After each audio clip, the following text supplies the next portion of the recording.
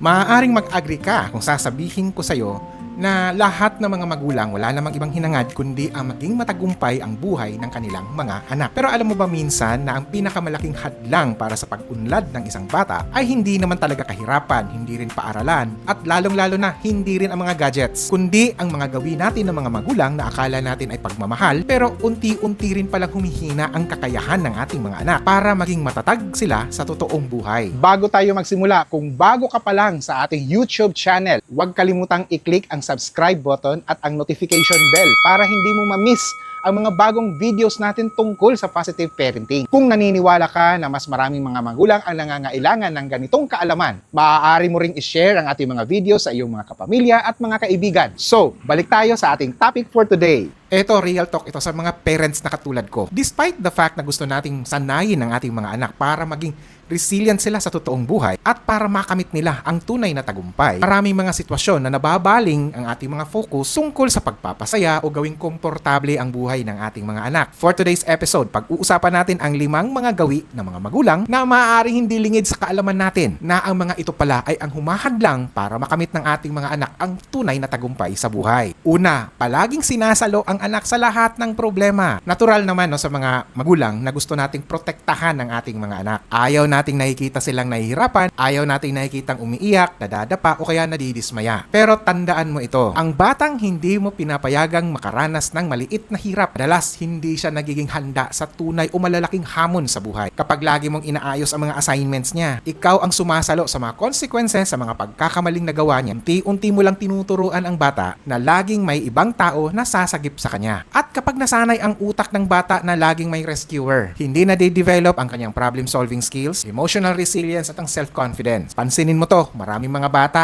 na sobrang dependent sa kanilang mga magulang. Sila yung mga hirap na magdesisyon at madaling ma-stress. At sila din yung takot na sumubok dahil hindi sila sanay na humarap sa mga discomfort. Ang confidence kasi ay hindi nabubuo sa puro lang pagiging komportable. Nabubuo ito kapag merong problemang nalalampasan. Kaya minsan, ang pinakamagandang tulong ay hindi ang pagsalo agad, kundi ang paggabay habang siya mismo ay natututo kung papaano tumayo. Pangalawa, ang pananakit at paninigaw na disiplina. Alam natin, maraming mga magulang ang nagsasabi, pinalo ako noon, naging maayos naman ako ngayon. Ang tanong ay hindi lang yung sumunod ba siya. Ang tanong dapat ay ano ang nangyayari sa loob niya habang lumalaki. Kapag sigaw at sakit ang pangunahing disiplina mo, natututo lamang ang bata na sumunod dahil siya ay takot at hindi dahil naiintindihan niya kung ano ang tama. Sa umpisa, ang tingin mo parang effective naman. Tahimik, sumusunod, natatakot. Pero sa loob ng utak ng bata, ano ba ang nangyayari? Kapag palaging takot ang bata, ang utak niya ay pumapasok sa survival mode. Mas nagiging active ang fear response kaysa sa pagiging critical thinker. Kaya imbis na mag-isip kung ano ang tama, ang mas magiging focus niya ay papaano ako umiwas para hindi mapagalitan. At habang tumatagal, maaaring magdadala ito ng mababang self-esteem, pagiging agresibo, pagsisinungaling para umiwas sa galit, o kaya naman sobrang pagiging